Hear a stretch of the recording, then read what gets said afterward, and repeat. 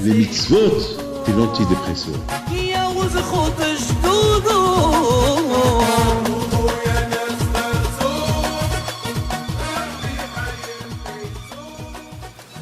D'abord, je shoot ma rêve à la bouteille, puis shoot mon fils, s'appelle Moshe Pinto, Cohen, les Rabbanim. Bon, vous savez, c'est la première fois que, ici, au 17e, qu'on entend comme ça Kol Torah. Je ne sais pas comment appeler ça, pour moi c'est un événement extraordinaire que Baruch Hashem, Akadosh Baruch Hu, nous a donné le zéchout, le mérite d'ouvrir ce kollel ici ce Beit HaMidrash ici au 17e. C'est surtout pendant une période qui est dure, les temps ils sont très très très très durs aujourd'hui. Alors que les kollelim, ils ferment les uns après les autres à cause de la situation, et nous bédafka nous on ouvre. Est-ce qu'on fait bien, on fait pas bien? Eh bien, la réponse elle est simple. On fait bien. Et surtout pour nous, l'ouverture de ce kollel, ce makom-là, pour nous ça s'appelle une préparation pour Matan Torah. On dit à Kadosh Baruch Hu, voilà comment on se prépare pour Matan Torah, on ouvre un makom. Parce que c'est un bisayon, c'est une honte d'ouvrir un makom Torah, de fermer par les autres, pardon, qu'à l'approche de Matan Torah, approche de Shavuot, on ferme un endroit de Torah où on n'ouvre pas un endroit de Torah. Ça veut dire qu'on dit à Kadosh Baruch Hu, tu vois Hachem, avec tous les problèmes qu'il y a aujourd'hui, eh ben voilà, nous on ouvre. Voilà, tu vois Hachem, et alors toi Hachem, tu sais très bien ce qui t'attend. Ce qui t'attend, nous on fait notre effort, nous on fait des efforts de notre côté pour ouvrir.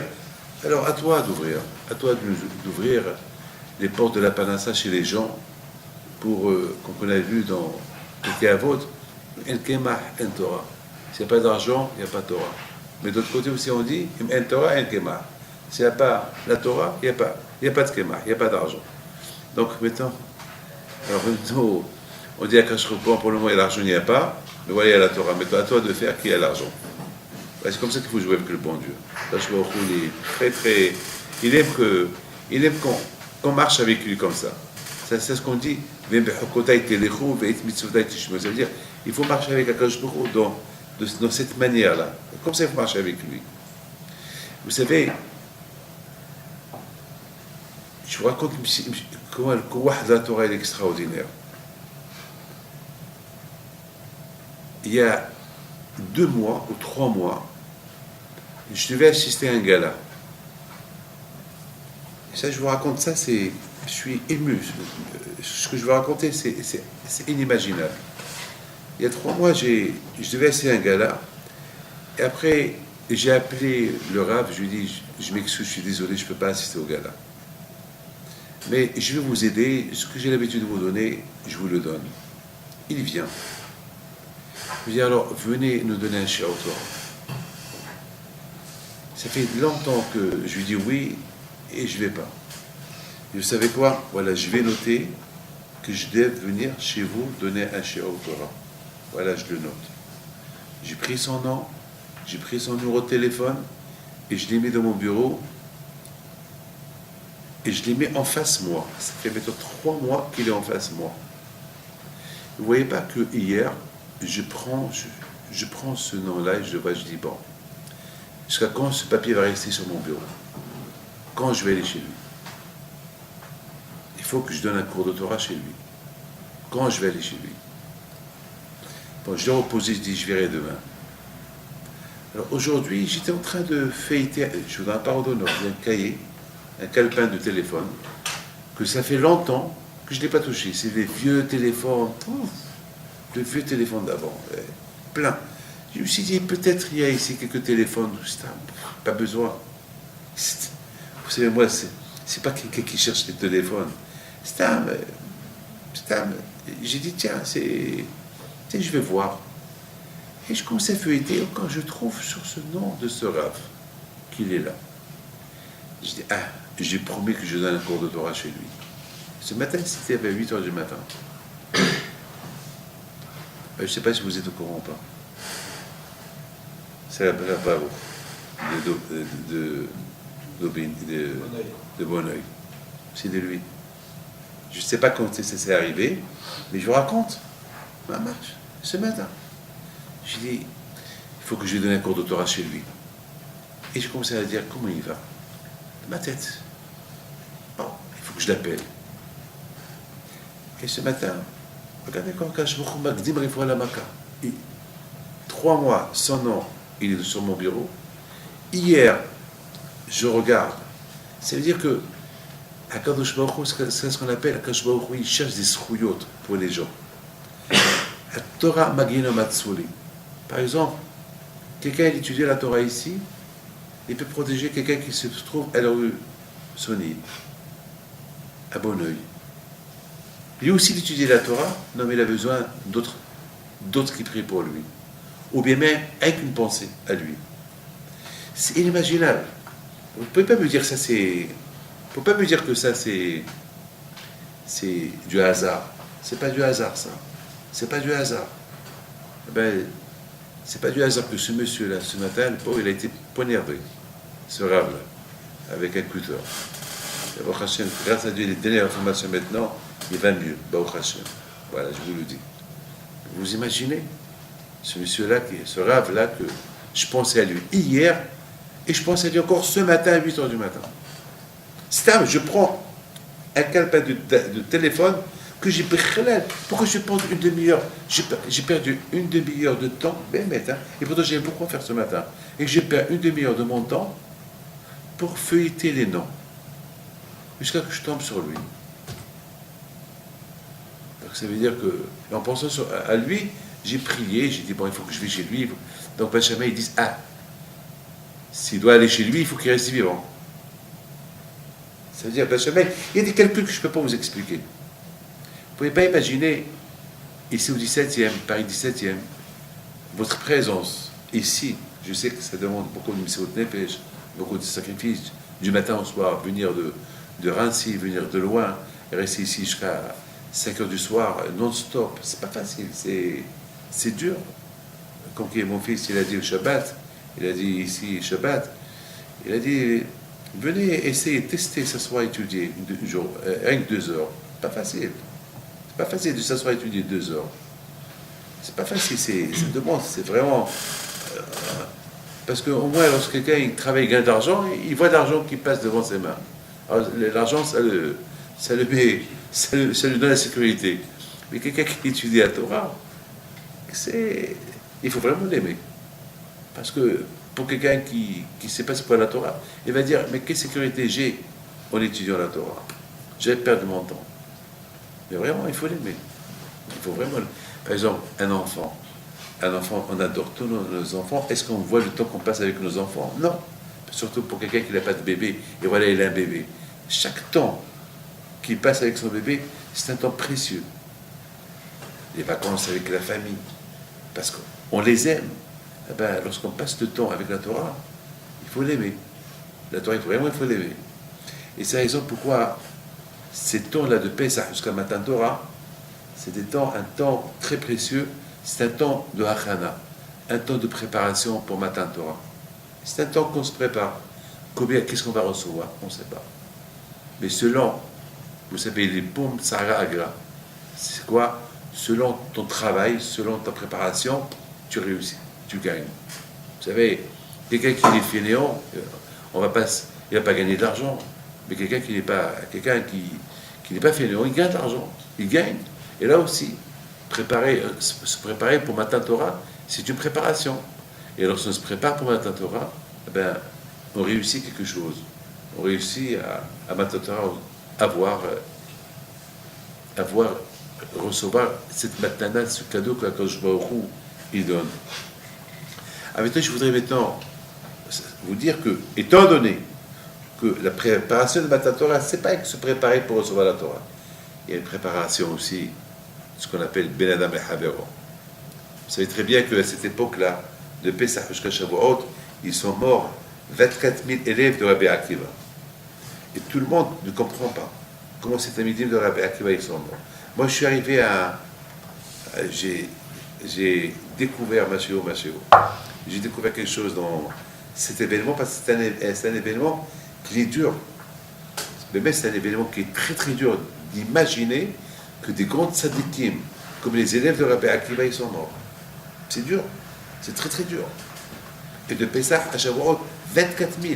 Vous imaginez combien d'élévaïotes, combien Rabbi Akiva il a enterré chaque jour? 24 000 talmidim.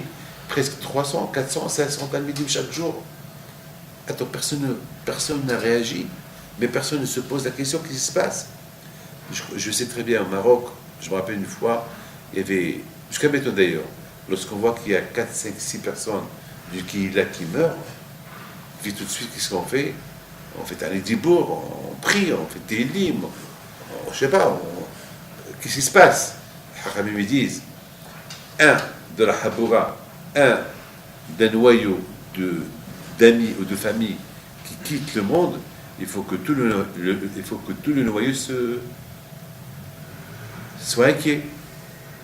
Dans une communauté, c'est 1, c'est 2, 3, 4, ils ont quitté la communauté. Je me rappelle en Argentine, à la synagogue Choron, Leicester, il y a quelque temps, ils ont eu beaucoup de décès, beaucoup de malades et beaucoup de décès. Alors j'aurais dit, il faut faire Tkaat Shofar, il faut faire Minha, il faut faire Kipokatan, il faut... C'était 4, 5, 6 personnes. Mais là, c'est 500, 300, 400 par jour. C'est énorme. Quoi, personne ne se réveille, personne ne réagit. Qu'est-ce qui se passe? Personne. Eh bien, juste, attends, dès que Rabbi Akiva, il a fait des cours, Rabbi Akiva. 100% que Rabbi Akiva, la première chose à quoi on pense lorsqu'on a des problèmes, on se cherche soi-même déjà, et on cherche qu'est-ce qu'il faut réparer. Quoi, ils n'ont pas pensé qu'est-ce qu'il faut réparer. Ils n'ont pas pensé que la raison pourquoi ils sont en train de mourir, parce que le Nahago Kavo est basé, parce qu'ils ne se respectent pas. Hashu Shalom, ils se respectent. On ne peut pas imaginer que les enfants de Rabbi Akiva, les familles de Rabbi Akiva ne se respectent pas, c'est pas possible. D'ailleurs, c'est vrai qu'on voit les 5 qui sont restés, et parmi eux, c'est qui? Rabbi Shimon Rabbi Me'alane, c'est ce soir, ça là, et encore d'autres, et qu'on voit cette tzadikim-là, on ne peut pas imaginer une minute, Hashu Shalom, que les talmidim de Rabbi Akiva, ils ne se respectaient pas. Mais Haramidi, ils ne se respectaient pas. Donc, alors, je ne comprends pas. Rabbi Akiva, 100%, il fait chaque jour Shema Israël. Il criait, il pleurait. Chaque enterrement, d'un enterrement, un mois, d'un enterrement à l'autre, il fait 400, 500 enterrements par jour. Vous imaginez, Rabbi Akiva, et tous les élèves, et chaque fois, il y avait moins d'élèves. Alors, si hier, ils étaient 24 000, aujourd'hui ils sont 23 000, après ils sont 22 000, et après ils sont 20 000, et chaque jour, après ils sont 1000. Et ça continue. Après ils sont combien? 500. Attends, mais il y a quelque chose qui se passe. Chaque fois ils se voient le nombre diminuer, jusqu'à qu'ils sont restés combien? 400, 300. 200. Et ça continue. Personne n'a arrivé à annuler cette xéra. Personne n'a annulé, à arrêter la mort des élèves de Rabbi Akiva. 100% que Rabbi Akiva parlait de l'amour du prochain. La raison, elle est simple. Chacun se dit, moi je ne suis pas concerné. Moi je suis un Ben Torah, moi j'ai une barbe. Moi, je suis bien avec tout le monde. J'aime tout le monde. Je ne suis pas concerné. Barabotaï, c'est ça le problème. Dire le mot, je ne suis pas concerné. Vivre dans le mot, je ne suis pas concerné. Lorsque on vit dans... Beaucoup de fois, ça arrive. Moi, je n'ai rien à me reprocher. Peut-être c'est à eux de se reprocher, pas à moi. Et contre vous et moi, eh bien, qui va... Je voudrais que vous sachiez ce que je vais vous dire. Le pgam, le défaut des élèves de Rabbi Akiva, c'était où? il devait réviser beaucoup ce que Rabbi Akiva une fois il a dit. Une fois Rabbi Akiva il a dit une phrase capitale. Rabbi Akiva c'était leur maître. Il a dit ça veut dire l'amour du prochain c'est la base de la Torah. Ça veut dire Kol HaKavod, super, vous étudiez la Torah, très bien. Mais il faut savoir que la base de la Torah, c'est l'amour du prochain. Alors pourquoi Rabbi Akiva est arrivé à cette conclusion que la base de la Torah, c'est l'amour du prochain? Pourquoi? Parce qu'Rabbi Akiva, il a vu que en Israël, ils ont été libérés de l'Égypte uniquement lorsqu'ils étaient unis. C'est après ils ont reçu la Torah. Hachem il dit à Moshe Rabbeinu, lorsqu'ils seront unis, Ta'avru derech ha'arazé, vous allez passer cette montagne et vous allez recevoir la Torah. Ça veut dire que recevoir la Torah à tel point, Bémet, qu'au lieu qu'ils restent là-bas 400 ans, ils sont restés là-bas que 210 ans. Pourquoi? Parce qu'ils ont fait un tikkun. Parce que l'origine, à cause des Shvatim et Yosef, ils sont venus en Égypte. Très bien. À cause le manque d'union qu'il y avait en Égypte, ils sont restés encore en Égypte. Très bien. Ils ont réparé, ils ont été libérés de l'Égypte. Ils n'ont pas reçu la Torah jusqu'à qu'ils étaient Bélé Vehad Kish, ils étaient comme une seule personne. Ça veut dire que Rabbi Akiva a compris que c'est le but de la Torah, c'est l'amour du prochain. Parce que si pour Hachem, la Torah elle est plus importante que l'amour du prochain, alors pourquoi quand je l'a tant attendu? Pourquoi il a tant attendu? Eh bien, Hachem il a tant attendu pour donner la Torah jusqu'à qu'il a vu qu'il y avait l'amour du prochain. Dès qu'il y a eu l'amour du prochain, tout de suite Akadosh Baruch Hu il a donné la Torah. Et ce qui est important, c'est que lorsque Hachem il s'est dévoilé à Israël, il leur a dit Anochi Hachem Elokecha. Il leur a parlé en singulier. Il leur a pas dit Anochi Hachem Elokechem. Elokecha. Pourquoi? Parce que Hachem il a vu qu'ils étaient comme une seule personne. Alors que je s'adresse à eux comme une seule personne. Anochi Hachem Elokecha. Je suis votre Dieu. Ton Dieu, pas votre Dieu, parce que votre c'est en pluriel. Je suis Hachem, ton Dieu. Il parle à qui? Il parle à tout le monde. C'est là où il a pris Rabbi Akiva, le klal. C'est là. Donc, personnellement, la faute des Talmidim de Rabbi Akiva, vous savez où c'était? C'était cette parole de Rabbi Akiva, il fallait bien l'apprendre. Mon rave à la Shalom, Rabbi Nugel Shumlevman, je ne sais pas si vous l'avez connu ou pas, c'est un grand tzaddik. Lui, parfois, il prenait une phrase, il l'a répétée des centaines de fois. Je me rappelle, j'avais 12 ans ou 13 ans, et je me rappelle qu'il marchait. Il marche. Et il disait, Sonnez Hachem kol gvalev. Il marche. Il répète, Sonnez Hachem. Je ne sais pas, des heures. Hachem, il déteste les orgueilleux. Sonnez Hachem kol gvalev. Pourquoi il répète des milliers de fois? Qu'il répète une fois, deux fois? Non. Pour lui, il faut que ça rentre dans sa tête. Pour qu'on n'est pas orgueilleux, il faut que ça rentre dans la tête. Il faut bien comprendre la chose.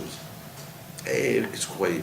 Vous savez, les mythes de Traot, les mauvaises qualités, c'est pas facile. Les mauvaises qualités, c'est pas facile de les enlever. J'ai même vu Bessel Salda qui dit pour enlever une mauvaise qualité, il faut 40 ans. Il faut un travail dur pour enlever une mauvaise qualité. Alors, Sonnez Hachem kol gvalev. Ça veut dire que les enfants de les Talmidim de Rabbi Akiva, il fallait qu'ils répètent des millions de fois. Il fallait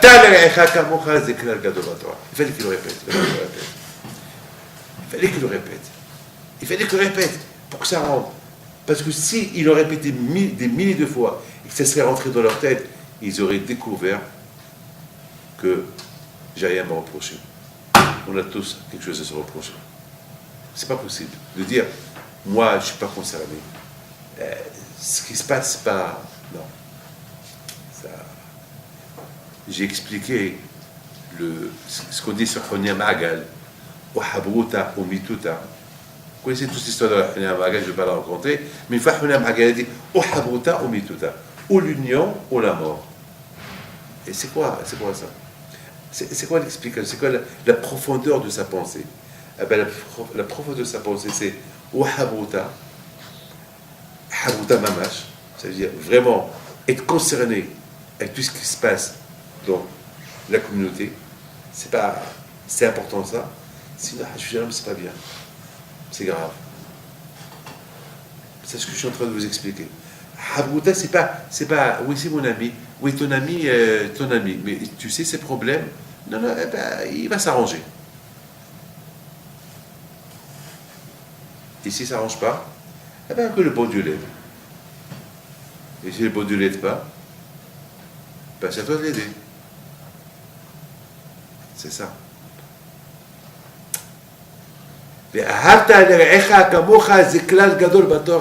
Si les Talmidim de Rabbi Akiba, ils auraient répété cette phrase que le Rabbi Akiba il leur a dit, eh ben, ils ne seraient pas arrivés là.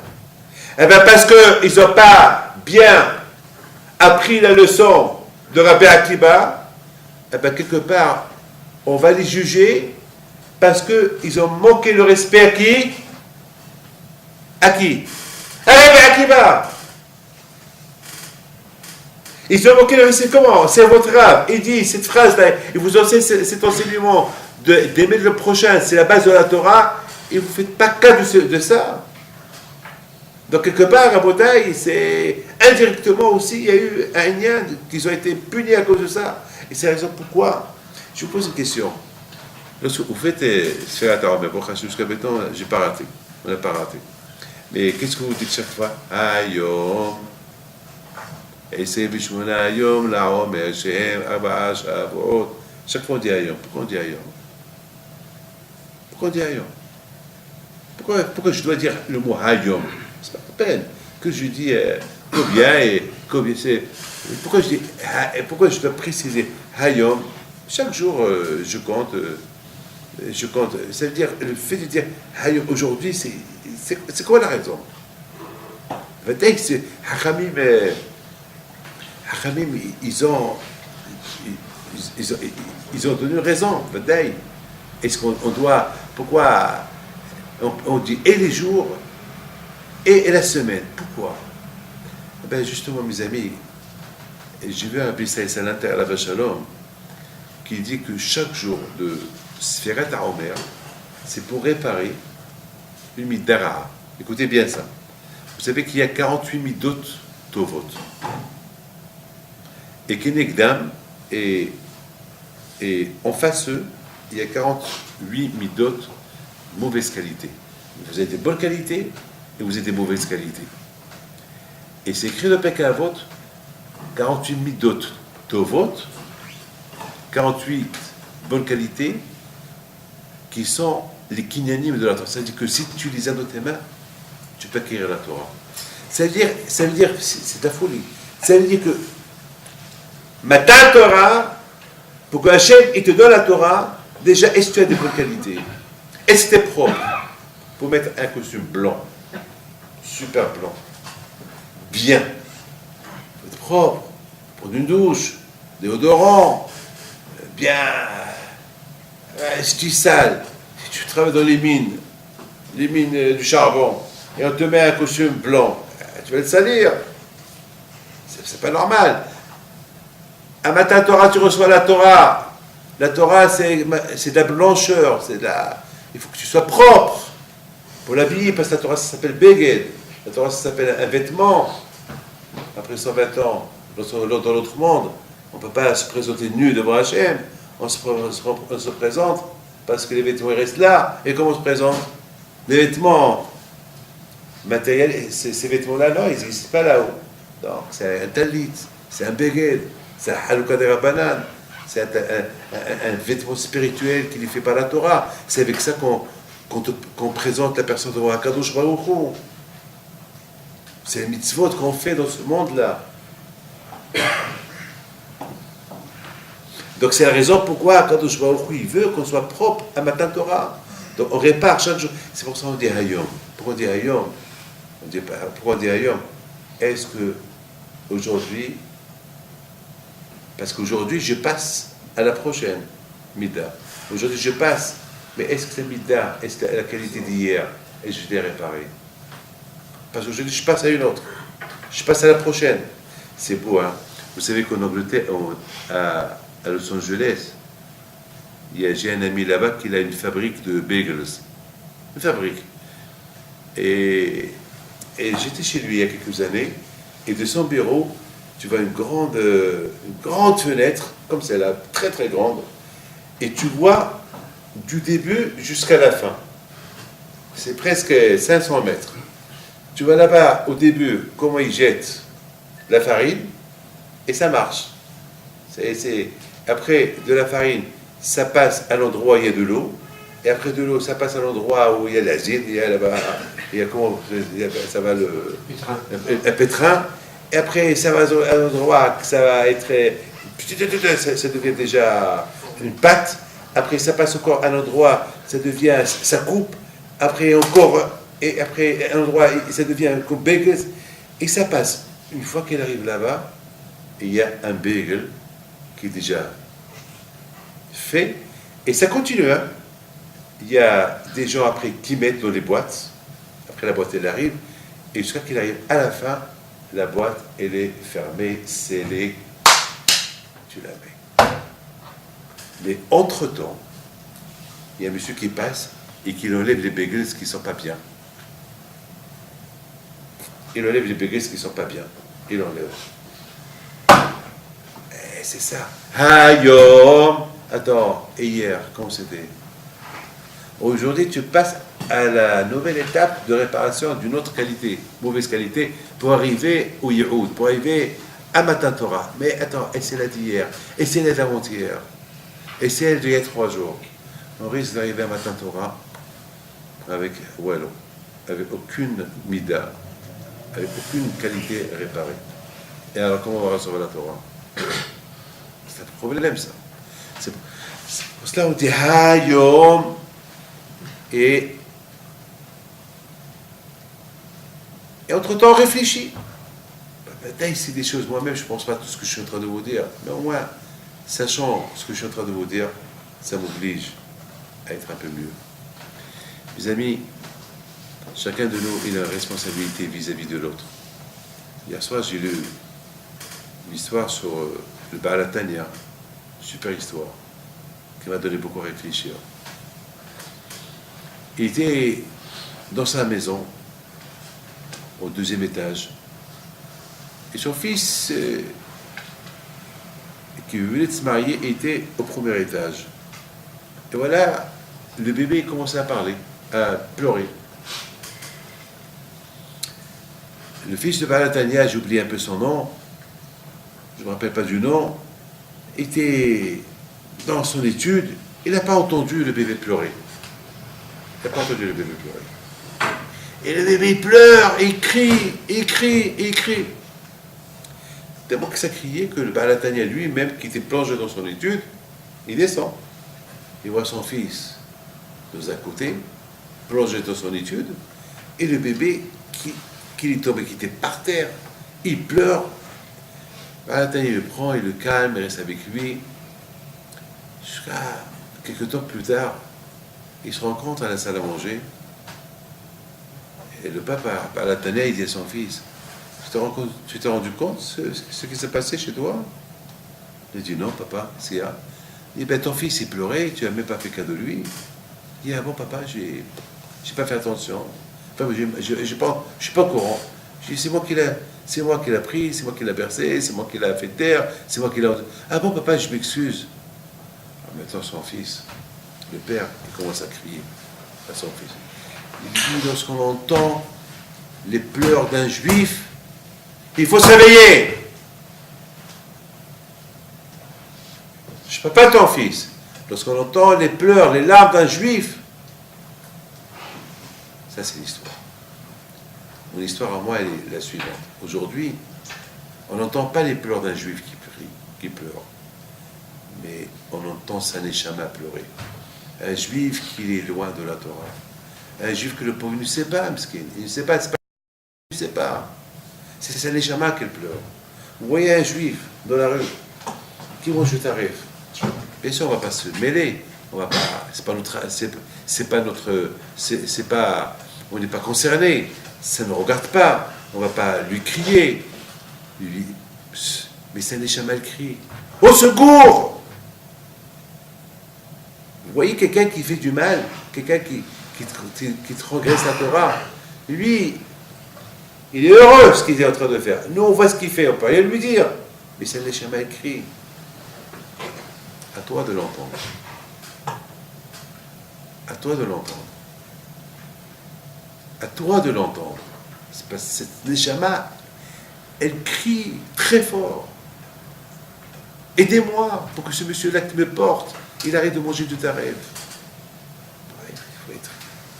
Bien sûr, on ne va pas aller chez lui, on ne va pas le frapper. On va essayer de l'approcher petit à petit. Il y a deux catégories de cris.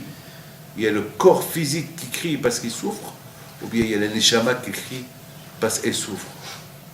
Alors le corps, il ne l'entend pas, il ne va rien savoir d'elle, mais nous, qu'on respecte, nous, on doit l'entendre. Et si on ne l'entend pas, c'est un peu notre faute. Et c'est ça la bataille, je pense.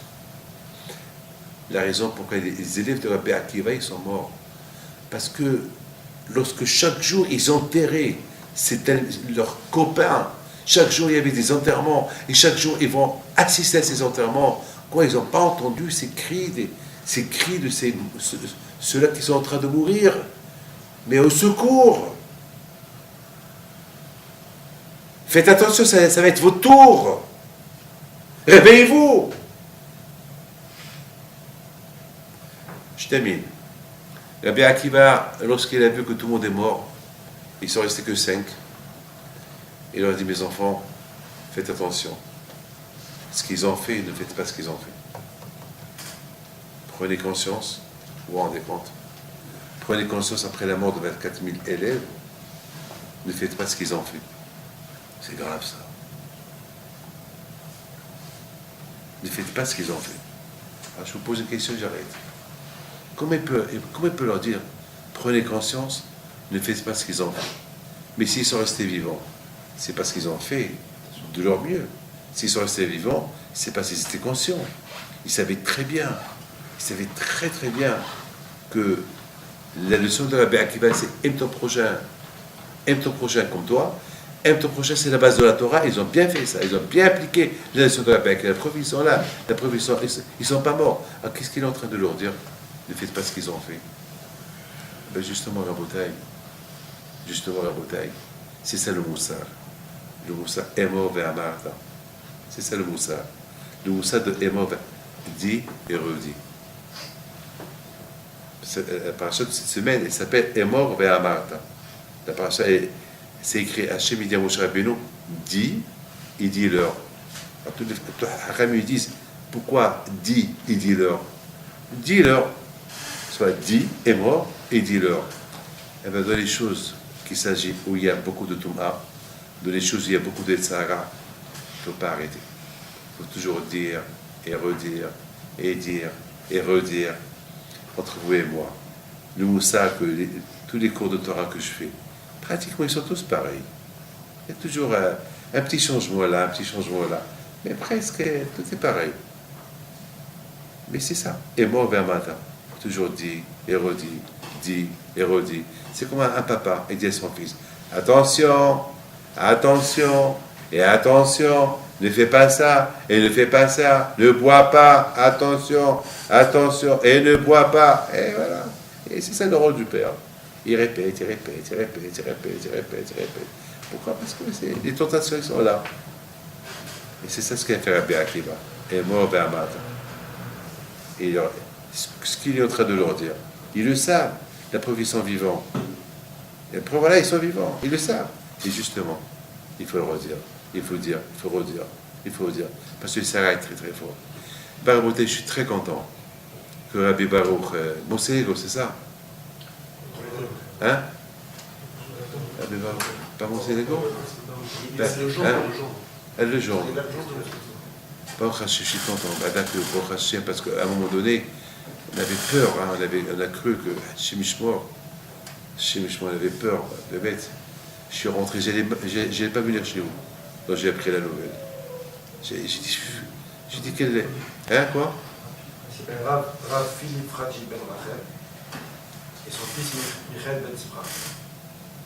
Baruch Hashem, Baruch Hashem, Baruch Hashem, je suis content. Grâce à Dieu qu'ils sont bien, grâce à Dieu. Je suis content. Je suis content. C'est ça, Avat Israël. Avat Israël, c'est lorsqu'on entend quelqu'un qui est malade. Il faut. C'est pareil que nos enfants à Shemishmor. Il faut quiconque. On voit quelqu'un qui a un problème, on est conscient, on a de la peine. C'est ça. C'est ça, Avat Israël. C'est ça, Avat Israël. Donc, je termine en vous souhaitant Hatzlaha Be'ez Hashem. Vous êtes en train de faire Baba Kama. Que Akash Baruch Hu, il vous aide, Be'ez Hashem, à bien progresser dans votre limoud. Et qu'Hashem, il vous aide, Be'ez Hashem, d'étudier la Torah Lishma, qui est le Ratson. Et Bisrot Avodah Kedushim Tagel Ba'atchem. Et merci beaucoup. Je vais faire une bracha. מי שיברך אבותינו, אברהם, יצחק, יעקב, משה ואהרון, דוד שלמה, יברך את כל הקהל הקדוש הזה, גדולים וקטנים, הם ובניהם, ונשיהם תלמידיהם, בכל אשר להם, הקד העלמה, יברך אתכם וזרעכם, ומלא הקדוש ברוך הוא, כל משלות לבכם לטובה, יבתם עליכם כגזרות, רשות ורעות לגזור עליכם גזרות טובות, שהקדוש ברוך הוא ייתן לכם פרנסה טובה, עלייה בתורה וביראת שמיים, ושנשים שמותכם מעין הרע, מכל דבר רע, יתמלא עליכם ברחמים, וכן יהי רצון. אמן. Je voudrais simplement ajouter la nécessité de savoir combien l'amour du prochain est très importante. Comme je vous ai expliqué que le but de la sortie de l'Égypte, c'était parce que les Bnei Israël, ils étaient Béchalom, en paix les uns avec les autres. Chez Hachem, c'est très important qu'il y ait la paix, qu'il y ait le shalom, que chacun s'occupe de l'autre. C'est pas que chacun dit, c'est pas que chacun s'occupe de soi-même. Et c'est là que les Bnei Israël ont eu le mérite de quitter l'Égypte. Lorsqu'ils sont venus en Égypte, ils étaient Ish Obeto. Ils sont venus en famille. Donc malheureusement après, ils se sont un peu séparés les uns des autres. Et à un moment donné, Baruch Hashem, ils étaient tous unis entre eux. D'ailleurs, si vous voyez bien, dans la Torah, c'est écrit Moshe Rabbeinu alav shalom vaïtse el Ahav. Moshe Rabbeinu, qui était prince à l'époque chez le roi Pharaon, il sort chez ses frères pour voir le besoin qu'ils ont besoin. Et il les a aidés. Mamash, il les a aidés. Il s'est débarrassé de ses vêtements royaux pour souffrir avec eux. Et à cette époque-là, Moshe Rabbeinu se posait la question, mais pourquoi les Juifs, ils souffrent tant? Pourquoi? Il y a une limite des souffrances. Et lorsque Moshe Rabbeinu il a vu qu'il y avait entre les médisances, la médisance, donc il a compris. Donc, il a dit, mais je comprends pourquoi ils souffrent. Donc, à un moment donné, lorsque Moshe Rabbeinu alav shalom, il s'est sauvé de l'Égypte et il est retourné de là où il s'est sauvé à Yitro, à Midian, et qu'il était là-bas, il a été reçu par Yitro et qu'il lui a donné sa fille, il est devenu le berger de son troupeau. Là, Moshe Rabbeinu alav shalom, un jour il découvre le mont Sinaï. Et là-bas, il entend la voix d'Hachem qui lui dit, le moment est arrivé pour libérer les Bnei Israël. À un moment donné, Moshe Rabbeinu, il dit à Hachem, et s'ils ne vont pas me croire, qu'est-ce que je vais leur dire? Alors là, quand je me s'est un peu énervé sur Moshe. Il dit, comment tu peux dire, et s'ils ne vont pas te croire? Comment tu peux parler de la médisance comme ça? Mais toi-même, tu as dit une fois que maintenant je comprends pourquoi les Bnei Israël souffrent en Égypte. Parce qu'il y a la médisance entre eux. Et maintenant toi tu parles de la médisance sur eux. Comment est-ce possible? Donc mes amis, Moshe Rabbeinu, il a bien compris la leçon. Et les Bnei Israël, ils ont quitté l'Égypte avec un but de recevoir la Torah. La Torah qui va les réunir. Écoutez bien. Il s'est passé autre chose. Parce que Moshe Rabbeinu l'a chanté. Al-Zaché Moshe, vous avez vu que tout le monde l'a suivi. Tout le monde a commencé à dire, tout le monde a commencé à chanter avec Moshe Rabbeinu. Al-Zaché Moshe au Bnei Israël. C'est extraordinaire. Les Bnei Israël qui n'ont pas préparé ce chant-là, et le fait que Moshe Rabbeinu a commencé à chanter, tout le monde l'a suivi. Ce qui prouve l'union qu'il y avait à cette époque de la sortie de l'Égypte. C'est-à-dire que c'est pas possible que Moshe y sait et l'autre, eux, ils vont pas savoir. Donc c'était super. Azaché Moshe, Obni Israël, Itachera Azot Hashem Vayomol. Mes amis, il faut savoir une chose, que cette période-là, entre Pessah jusqu'à Shavuot, c'est vraiment la période qu'elle se réveille chaque année. Et se réveille. C'est-à-dire que ce qui s'est passé à l'époque, ça se passe aujourd'hui. Comme qu'à l'époque, les Israéliens, ils ont quitté l'Égypte, ils étaient unis, et à Matan Torah, ils étaient unis, et pendant tous les 49 jours de préparation, aujourd'hui c'est pareil. Aujourd'hui c'est pareil. Chaque année, ça se réveille la même histoire de l'époque. Et chaque année on attend Har Sinaï. Chaque année on attend le mont Sinaï, Har Sinaï, Matan Torah. Donc le jour de Matan Torah, le jour de Shavuot, disons, on va se considérer que comme si nous sommes à Matan Torah, à recevoir la Torah à Har Sinaï. Mes amis, il faut savoir une chose. Cette période-là entre Pessah et Shavuot, malheureusement, on fait le deuil des 24 000 élèves de Rabbi Akiva. C'est la raison pourquoi on ne se rase pas jusqu'à l'Akba Omer. Et c'est la raison pourquoi on fait vraiment, il n'y a pas de mariage, il n'y a pas de mitzvah, il n'y a pas de, on ne célèbre rien du tout. Forme de deuil. C'est un deuil qui nous rappelle que le but de Matan Torah, c'est l'Ahdut, l'union. C'est le but. Et c'est la raison pourquoi quelque part, entre vous et moi, au lieu qu'on se prépare dans la joie Matan Torah, on se prépare dans la tristesse Matan Torah. Vraiment, on devait être content.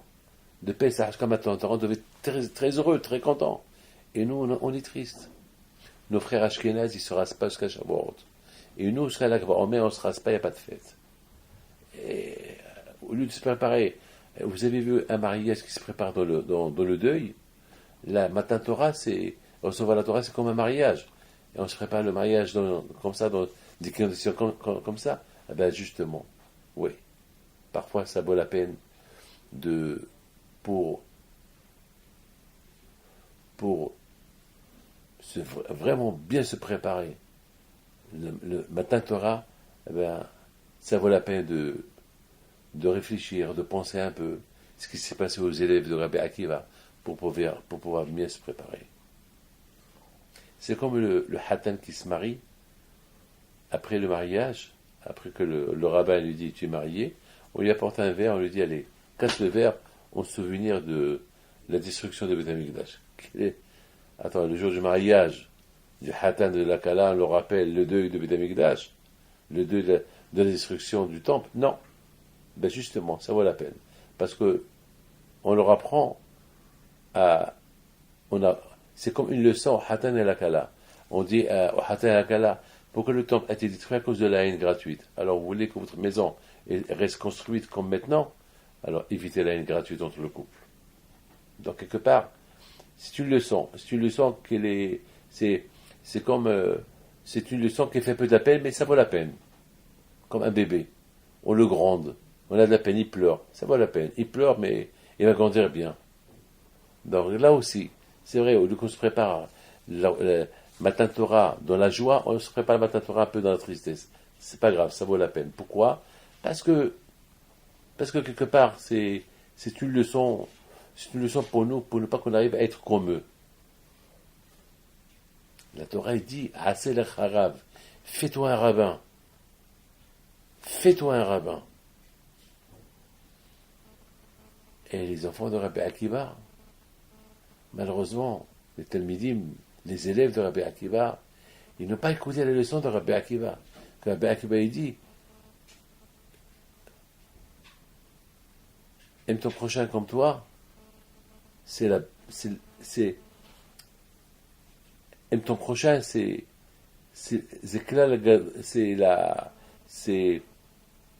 la chose la plus importante, plus que la Torah. La base de la Torah, c'est aime ton prochain comme toi. Alors comment Rabbi Akiva il dit ça et eux, ils ne se sont pas comportés comme bien avec le prochain. Donc quelque part, ils n'ont pas écouté la leçon de Rabbi Akiva. Et parce qu'ils n'ont pas écouté la leçon de Rabbi Akiva aussi, ils ont été punis. Mes amis, je voudrais simplement vous dire combien j'adore Moshe Rabbeinu. Dans Hachem, il dit à Moshe Rabbeinu, Moshe, allez, tu vas être le messager. Tu vas aller libérer les bénis d'Israël. Et Moshe Rabbeinu, il ne voulait pas. Pendant 7 jours, Moshe Rabbeinu, il refuse à Hachem. Et pendant 7 jours, Hachem, il supplie Moshe Rabbeinu. Et c'est quoi la raison de Moshe Rabbeinu? Pourquoi Moshe Rabbeinu, il ne veut pas aller libérer les bénis d'Israël de l'Égypte? Où est le problème? Quel est le problème? Pourquoi? Mais en refusant d'aller libérer les bénis d'Israël de l'Égypte, les bénis d'Israël, ils souffrent en Égypte. La réponse, elle est simple. Moshe Rabbeinu, il ne doit pas être l'homme le plus heureux du monde avec cette belle proposition qu'Akadosh lui a proposée. Mais Moshe Rabbeinu, il se sent petit. Il ne se sent pas capable d'être le messager de Dieu. Il s'est dit, qui suis-je? Je suis rien du tout. Moshe Rabbeinu, et vraiment, et Hachem, il voit que Moshe Rabbeinu, vraiment, il pensait ça. Hachem, parce que beaucoup de fois, on dit des choses et on ne les pense pas. Mais vraiment, Moshe Rabbeinu, il pensait ce qu'il disait. À un moment donné, il dit à Hachem, mais il y a beaucoup de gens que tu peux choisir. Il y a mon frère, mon grand frère. Pourquoi moi? Pour Moshe Rabbeinu, les bénissants, ils n'ont pas besoin d'un messager. Ils sont tous adultes. Pourquoi moi? Pourquoi moi avoir ce titre-là? Moshe Rabbeinu, il aurait préféré être petit, simple. Ah ben justement, c'est ça la grandeur de Moshe Rabbeinu. Lorsque Hachem il a vu que Moshe Rabbeinu était tellement grand de cette manière-là, Hachem il a dit à Moshe Rabbeinu, il n'y a que toi. Il n'y a que toi qui va être le messager. Les amis, c'est ça le message de Sfirat HaOmer. Compter les jours de Omer jusqu'à Shavuot. Chaque jour, on compte, est-ce qu'on s'est bien préparé pour recevoir la Torah d'Hachem. Cette Torah qu'il va nous donner Hachem, il ne va pas le donner à une seule personne, à tout le monde. Mais il faut que tous, on soit comme une seule personne. Eh oui. Hachem va donner la Torah à tout le monde, qui va être considéré comme une seule personne. Pour cela, eh oui, il faut faire vite. Je vous donnerai une idée. Prenez un four où il y a des braises de feu. Tant qu'ils sont ensemble, vous voyez un feu. Vous voyez une flamme. Il y a la chaleur. Imaginez-vous qu'il y a une braise de feu, qu'elle éclate et qu'elle sort du four. Elle va rester toute seule dehors. Ben, elle va s'éteindre. Elle va s'éteindre. Mais pourtant, à l'intérieur, elle était solide. Il y avait une flamme sur elle parce qu'elle était avec les autres. L'union fait la force. L'union, ça fait une seule personne. Hachem, il veut que les bénis d'Israël, ils sont dans l'union pour recevoir la Torah. Pour que chacun puisse aider l'autre à accomplir la Torah. Ce que toi tu ne peux pas faire, l'autre il peut le faire. Ce que tu ne peux pas faire, l'autre il peut le faire. Donc c'est une préparation. Donc malheureusement, il faut bien réfléchir, est-ce qu'on s'est bien préparé à ça?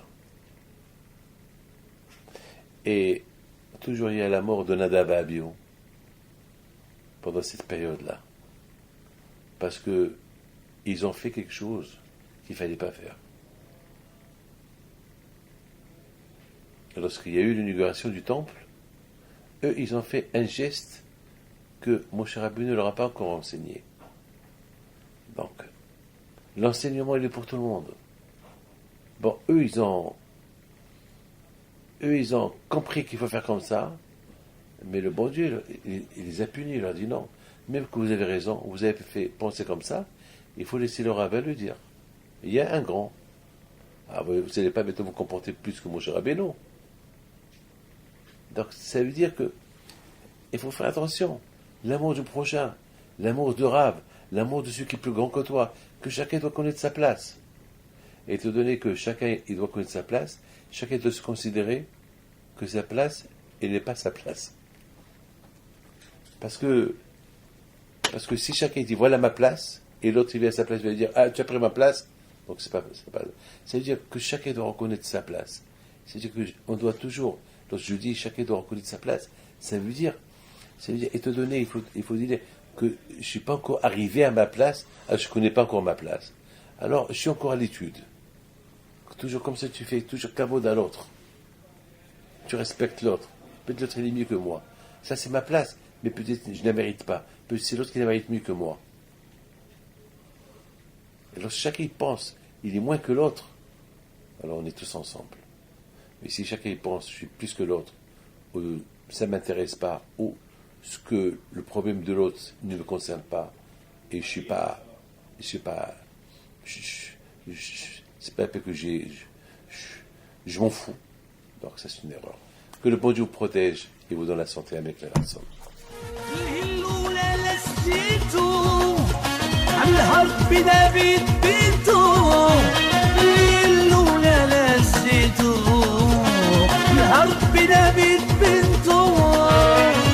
ويا العيالات صغرتو على البيدة بنتو